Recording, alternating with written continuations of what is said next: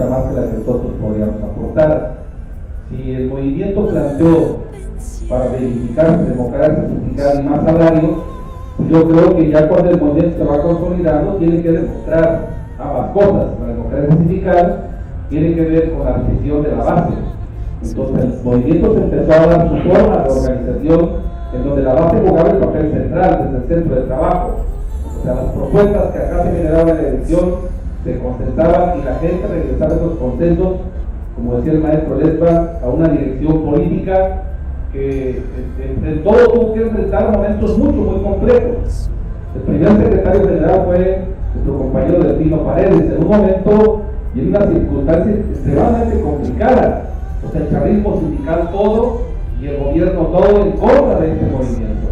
En contra de este movimiento porque este movimiento estaba cuestionando a todo un sistema de ejercer el poder sindical, pero también estaba cuestionando a la forma en que el Estado trataba a los trabajadores. Entonces por eso es que fue muy agresivo el gobierno, el Estado y su poder con el movimiento democrático magisterial y con los maestros de base. Pero finalmente poco a poco se fue haciendo realidad este poder de base, sin obviamente dejar de pasar muchos momentos críticos, muchos momentos difíciles. En el 91 el movimiento fue reprimido y fue reprimido de manera brutal. Metieron a la cárcel a un poco más de 100 compañeros y compañeras en un primer momento.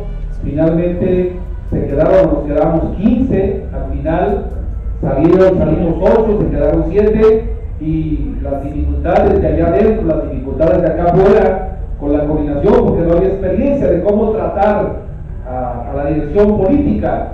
Yo tengo una anécdota porque cuando ya salimos nosotros y de inmediato nos asignaron tareas de dirección en la negociadora que estábamos viendo la libertad de los compañeros, resulta que los compañeros ahí adentro, por esta experiencia que ya hemos vivido, como cualquier información, por pequeña que fuera cierta o fuera falsa, allá nos reuníamos y hacíamos balance de 2 o 3 o 4 horas, y a veces la información era verídica, entonces hacíamos elucubraciones en el aire, sin sustento ninguno, de tal forma que cuando salimos, con toda pena les dijimos a nuestros compañeros: ustedes son presos, dedíquense a ser presos y la dirección del movimiento está fuera, porque no pueden ustedes cargar con una doble responsabilidad. Entonces todo esto tuvimos que pasar, en momentos muy complejos. La creatividad del movimiento fue inmensa, o sea, las formas de lucha que nos dimos. Yo me acuerdo que este movimiento de Michoacán fundamentalmente revolucionó los plantones que había en el Distrito Federal. Porque los plantones eran llegar ya así, frente a los chavos, frente a la Secretaría de Educación, y así estar sentados allá en el plantón tal cual durante 10 días, 15 días o lo que aguantara. Pero la dinámica del movimiento michoacano, su gran vitalidad, hizo que el movimiento se saliera de ese espacio y se fuera a empezar a marchas lentas en las avenidas principales, a plantones, a bloqueos, etcétera, lo que obviamente generó pues, una tensión mucho mayor, mucho más ágil para con el movimiento y para plantear sus demandas. Y la interlocución que este movimiento tuvo fue pues, en todos los niveles, desde el regente de la ciudad, secretarios, etcétera. En ocasiones también esta posibilidad de muchas formas de lucha pues nos dio también para que el Estado no se comprometiera también, que no hubiera respuestas positivas. En octubre, en noviembre, después del charrazo que se dio en Europa, después de una huelga de hambre, no sé cuántos días, no me acuerdo, 17 días, tuvimos que regresarnos y regresarnos sin nada.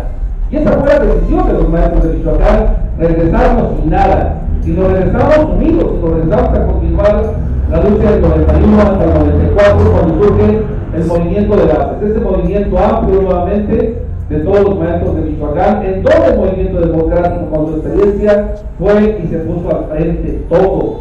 Algunos dando la cara, algunos de nosotros dando la cara, pero otros, un equipo importante asesorando desde atrás las formas de lucha, la dinámica, las formas de consensar los planteamientos políticos, o sea, la manera de darle dirección a este movimiento.